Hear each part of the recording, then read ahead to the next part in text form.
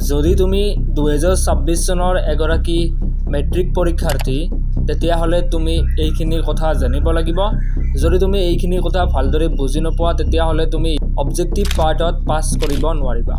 Hello' everyone, welcome to gain জ্ঞান four exam YouTube channel. আজিৰ ভিডিঅ'টোত মই তোমালোকক HSLC 2026ত MCQ 4 পৰা আহিব, লগতে এই MCQত 45ৰ ভিতৰত 45 নম্বৰ লাভ কৰাৰ যিটো ট্ৰিক আছে সেই ট্ৰিক কেইটা তোমালোকৰ লগত শ্বেয়াৰ কৰিম।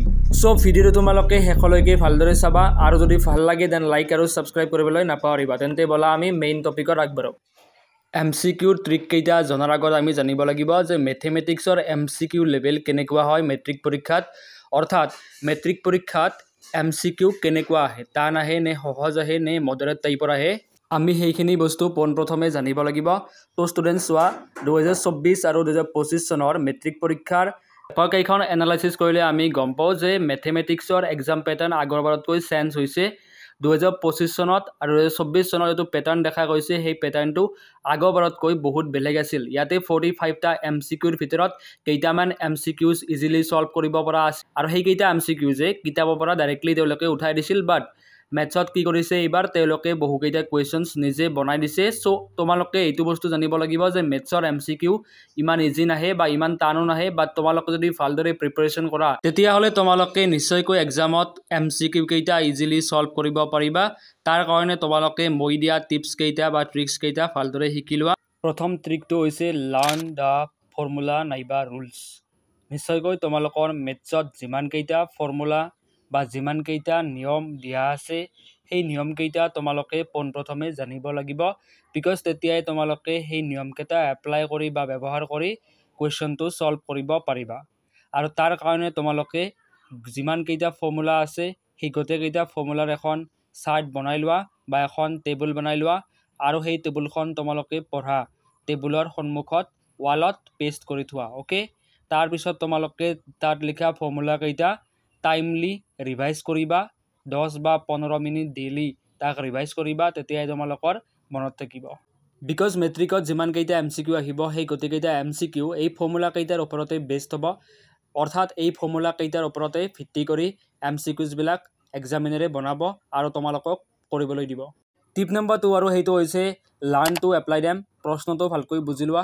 এতিয়া মেইন কথা হৈছে তোমালোকে সূত্ৰকেইটা মুখস্থ কৰিলা, ভালদৰে বুজি পালা, আৰু এতিয়া তোমালোকে জানিব লাগিব সেই সূত্ৰকেইটা কেনেকুৱা চিটুৱেশ্যনত তোমালোকে এপ্লাই কৰিবা বা কুৱেশ্যন কেইটা কেনেকুৱা হ'লে সেই সূত্ৰকেইটা ইউজ কৰিবা।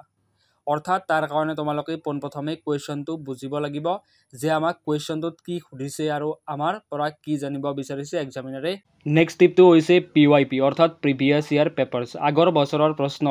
তোমালোকে আগৰ বছৰত যিমানখিনি কুৱেশ্যন পেপাৰ আছিল সেই গোটেইখিনি কালেক্ট কৰিবা, স্পেচিয়েলি মেথছৰ আৰু এডভান্স মেথছৰ।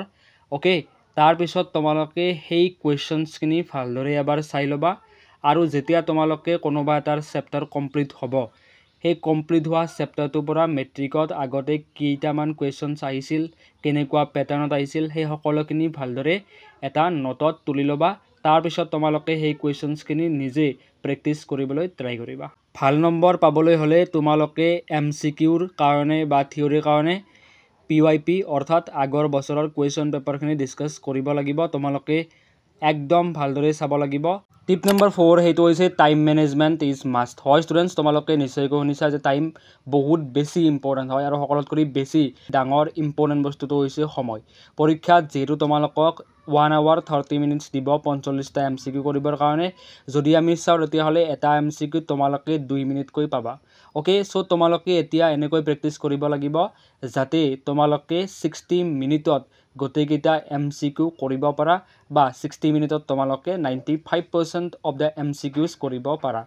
এনেকৈ প্ৰেক্টিছ কৰিব লাগিব, তেতিয়াহে তোমালোকৰ এক্সামত যিহেতু মাইণ্ডৰ এটা প্ৰেছাৰ থাকিব, এটা ভয় থাকিব, সেয়ে তোমালোকে মেবি 90 মিনিটছত কৰিব নোৱাৰিব পাৰা। চ' টাইম মেনেজমেণ্টটো বহুত বেছি দৰকাৰী আৰু ইয়াৰ কাৰণে তোমালোকে নিজৰ লিখা স্পীড অৰ্থাৎ হেণ্ডৰাইটিঙৰ স্পীডটো বা হেণ্ডৰাইটিংখিনি ভাল কৰিব লাগিব, লগতে লিখা স্পীডখিনিও বঢ়াব লাগিব। And last but not the least সেইটো হৈছে ৰিভিজন।